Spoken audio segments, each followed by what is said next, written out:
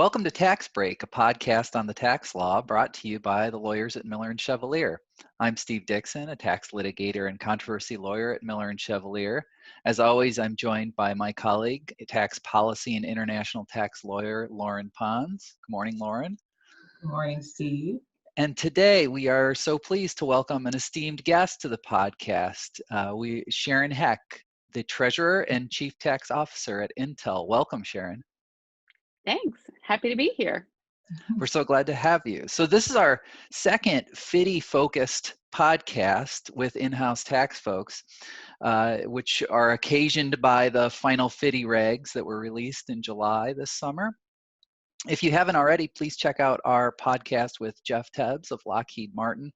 With Jeff, we went into some particulars about the regs, and I think today with Sharon, we'd like to have a higher level discussion about FDII and its role in her practice and in the tax law generally. As always, we remind you the Tax Break is our podcast about tax law topics that we find interesting. We try to give you something more than what you get in the press coverage, but we like to stay out of the weeds so you can follow along without your fine print regs in front of you. And as always, a disclaimer, Tax Break is not legal advice and it is not intended to be legal advice. It reflects the thoughts and opinions of its hosts and guests. So welcome, Sharon. Yes. Thanks. Happy to be here. Yeah. I'm glad we're not getting into the nitty gritty. I didn't study for this. So. Right. We try to keep it interesting. We'll have a multiple choice quiz partway through. So. Okay. Pass fail, I hope. Absolutely. So Sharon, I think it would be really interesting. Well, first, let me say thank you for doing this. We're really happy that you were able to join us. And we did think that maybe we could go into kind of some practical considerations raised by some of the features in the regs and FDII itself. And also, it would be interesting to talk about some policy considerations going forward, particularly in light of the upcoming election and kind of looking at what might happen, what could happen, and where FDII would fall in future tax policy initiatives. So maybe you could give us a little bit of background about what you're seeing from a practical side and how FDII is impacting things that you guys are looking at from a company perspective. Yeah, absolutely. So as you and the audience knows, FDII is such an important incentive and piece of the overall TCJA structure that we were gifted a few years ago. And so really in my mind, it is, as we look at where to put operations in a global world, FDII is an important element of the US incentives to really help motivate and incentivize people in domestic manufacturing. And one of the things that is helpful about the provision, Intel never moved any of their IP offshore. And so Intel is US owned IP and has a huge base of our manufacturing in the US, but it's expensive to operate in the US. And we are competing with a lot of competitors that are not US based. And we have a chart that shows the semiconductor foundries over time. And it's gone from, I don't know that it was hundreds, but several, 50 or so plus, and it's whittled down to just 3, and we're the only US based one. And so as we think through really helping support US industries, to me, FDII is such an important piece, as there's a lot of different incentives globally. And the US has not had consistent policies for domestic manufacturing. Certainly we had 199, certainly we had FISC and ETI, and we've had several regimes. One of the things that I'm hoping is FDII will have some real staying power and certainty, because as you know, deciding to invest in a manufacturing plant, one, that's not a decision you make in a day. Right. It's a decision that takes years to really think through. And one of the things that I have to do as a head of tax is say, what will the tax law look like in 5 years, in 10 years in that country?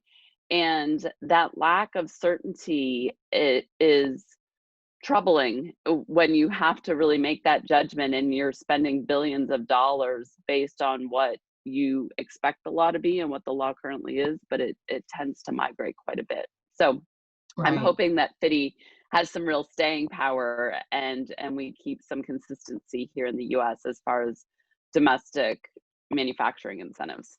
Right. Could you talk a little bit about how the calculus changes in that regard for as we move from 199 to FDII? What are the different sort of things that you would have to sort of think about in planning for the future and planning expansion in manufacturing? Yeah, 199 was a little more straightforward, right? You didn't have to think through what is your supply chain going to look like? Who are your customers? How are you approaching your sales process? With 199, if you manufacture domestically, you got the incentive.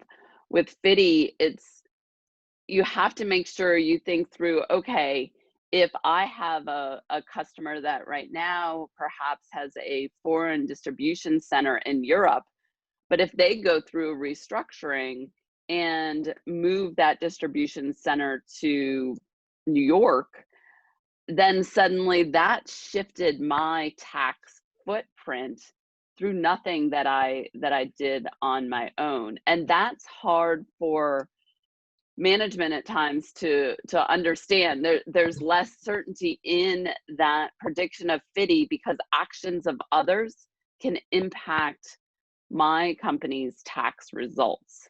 And so that's where it's a little, you have to put a discount on it in considering the incentive in making decisions compared to 199 where you had certainty of your own actions delivered those results.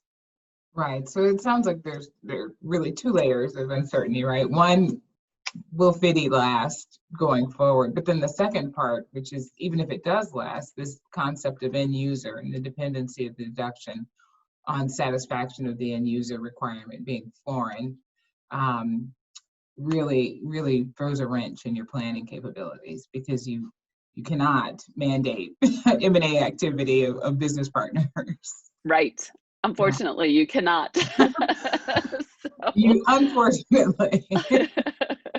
Loren, that's exactly right. With regard to that prediction, one of the things that you have to do as a chief tax officer is look into the future. And one of the things I know I'm always wrong in doing that, but I try to be as right as I can. And having that double layer of uncertainty. And I would say there's even a third, because I've got to think through what are my ultimate audit results in Right. this as well, because that and how is that administrated by the IRS, that has the ultimate benefit get crystallized once you get through that process. So appreciative of the regs having given us more flexibility around documentation, but that the documentation standard and how that will get looked at on audit is adding a third as well.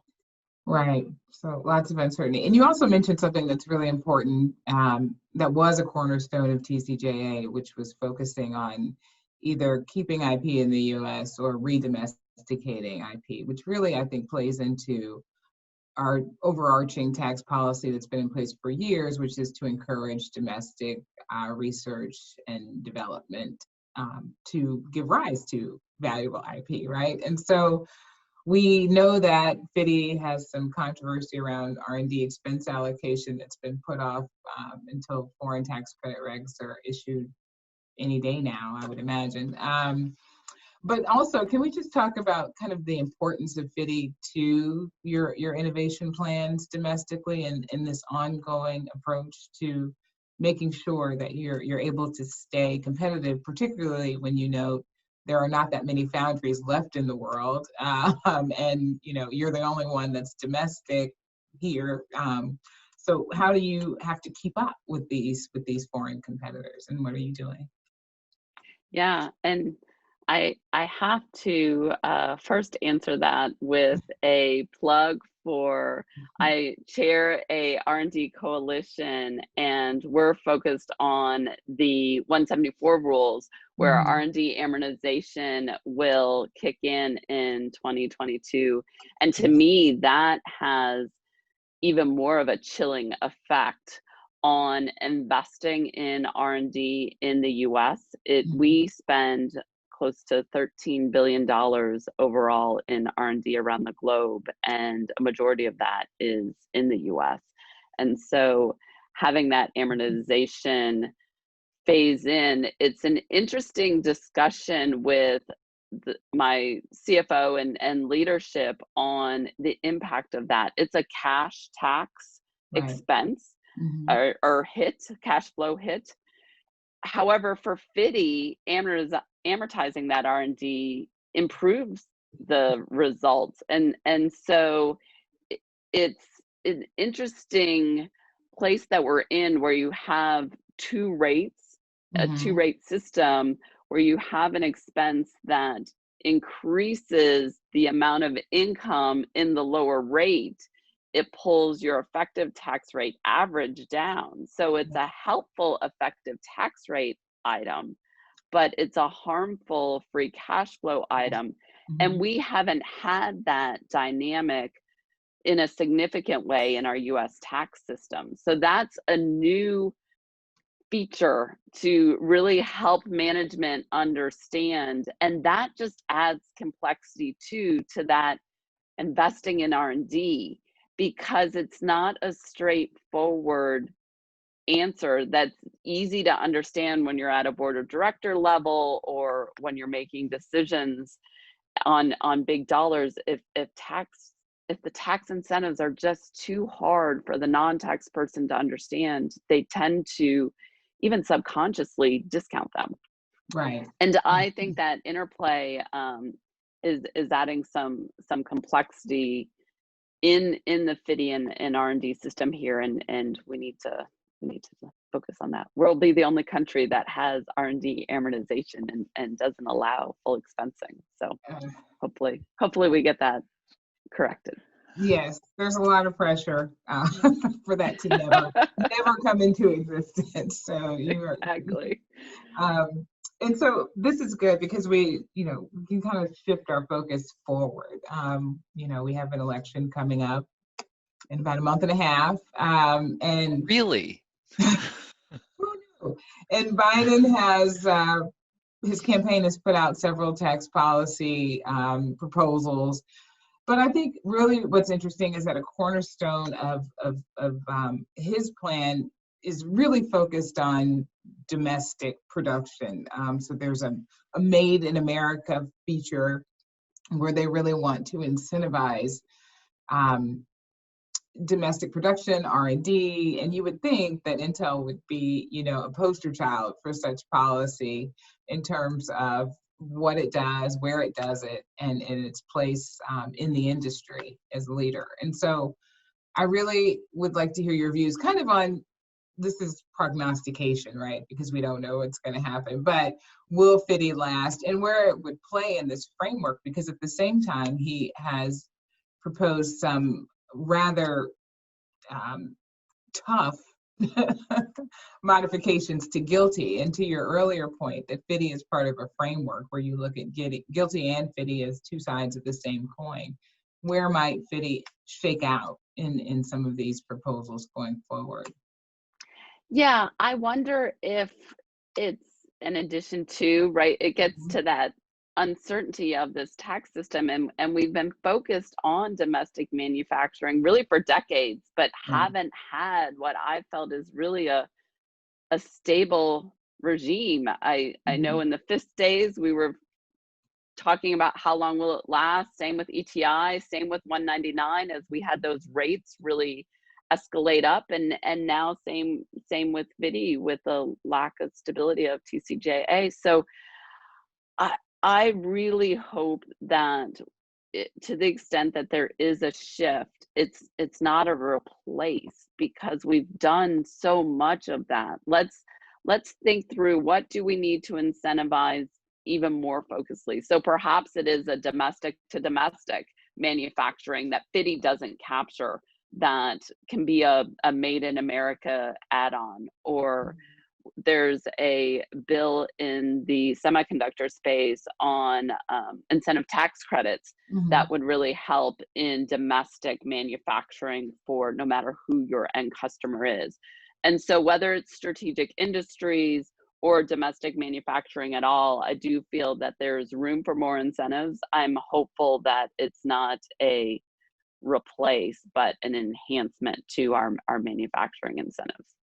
And that semiconductor bill, I understand that's a fairly bipartisan measure, and that there are concerns about making sure that there's sufficient semiconductor production in the U.S. for security reasons. So it seems Right. like you and your industry have at least a bipartisan audience for. It's so important. Yeah. Also on the R&D amortization effort we've been doing, we've got pretty equal signatories on those bills, and to me, bipartisan tax policy is so mission critical for that certainty and stability, as you know, and so we work really hard to suggest policies, advocate for policies that really do resonate over on both sides of the aisle. So yeah, I think if you don't have bipartisan tax policy, it's just fraught with lack of stability for sure. It may be anyway, but it causes it even more.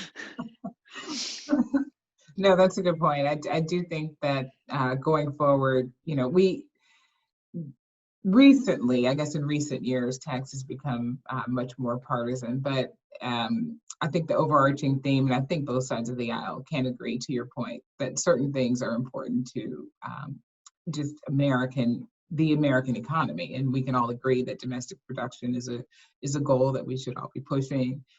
We can all agree that we need to maintain our spot as one of the most innovative countries in the world, and so it should be a no-brainer. And I agree that it would be nice to have additive policies as opposed to reductive.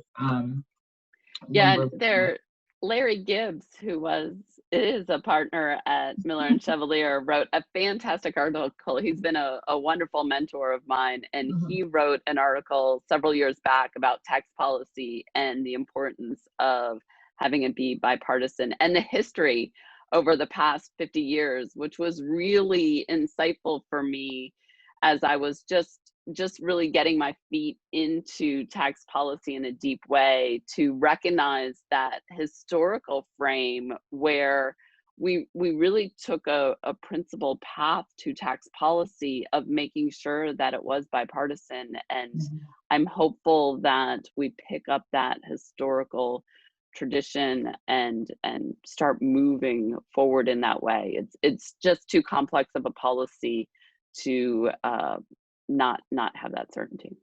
Right, and to undo. So, and you raise also a good point with the investment tax credit, because one of Biden's proposals does have a proposed kind of 10% credit for redomesticating domestic manufacturing, and trying to treat it as kind of a carrot and stick proposition. So perhaps the investment tax credit idea could be slotted into there, and right, FDII could remain in effect. Yeah. Any closing thoughts about FDII or what's going forward, and where it fits into your everyday business, that you would like to leave us with?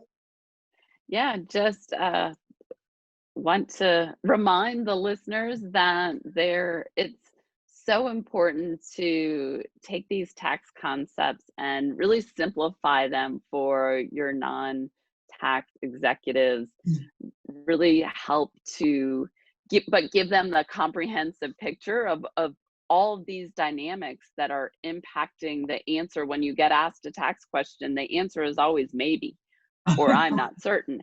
And so really helping them understand why are you at maybe, and when will it be that you'll get that certainty? Like we were saying, there's all these different elements that are impacting FDII. But I appreciate, Loren, you and Steve doing this podcast and helping to educate the tax world. And I thank you for allowing me to join you. Absolutely. And Thank you. we'd be happy to have you back. So. Yeah, thank you so much for coming on. And I don't know, maybe Loren will have another FDII podcast not so far in the future. Maybe. Well, depending on what happens with the election, we could be having a lot of FDII conversations in the next. That's true. Year. Well, and the new foreign tax credit regs will definitely be watched by people interested in FDII. So I do feel that at least a FDII discussion as part of those regs will be forthcoming, I hope. That's right. Yes, we could do a lightning round with that package. Yeah. Branch rules, R&D expense allocation, interest. It would be great. Yeah. Great. Thanks so much for coming on, Sharon. Thank you. And for our listeners, if you have any questions or comments or ideas for future topics, please send us an email at podcasts@milchev.com. That's podcasts, plural, at milchev.com. Thanks.